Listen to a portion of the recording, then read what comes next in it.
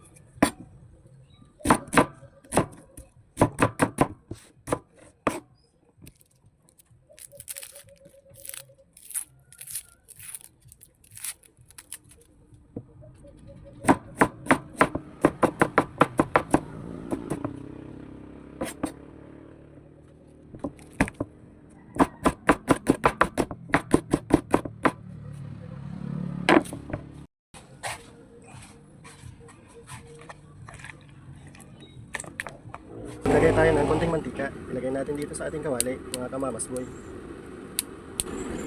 Mainit na mga kamamasboy ang ating mantika. Ilagay na natin ang bawang, sibuyas, luya at saka sili. Pagsama-samahin na natin mga kamamasboy. Ayan. So, ibisi lang natin mga kamamasboy ang ating mga aromatics. Ayan. Saka natin ilalagay yung ating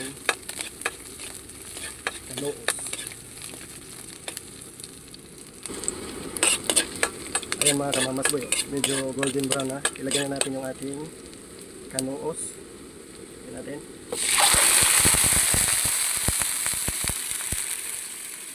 At syempre maglalagay tayo ng konting paminta. At maglalagay tayong magic sarap.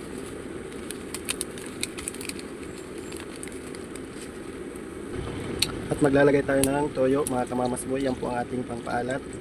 Adobo sa gata ang ating lulutuin.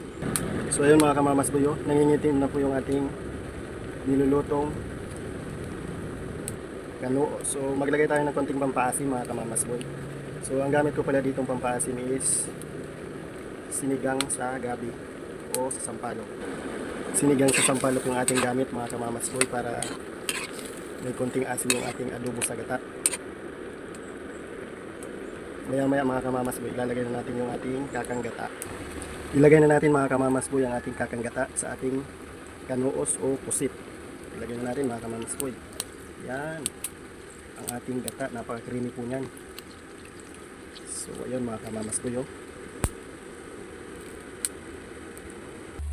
So ayun mga kamamasboy, okay na po yung ating adobo sa gata na kanoos o pusit. Napakasarap po nito mga kamamasboy. Kahit maitim sa ngipin pero napakasarap po. Yan po. Yan. So tikman natin mga kamamasboy. Wow. Napakasarap po mga kamamasboy.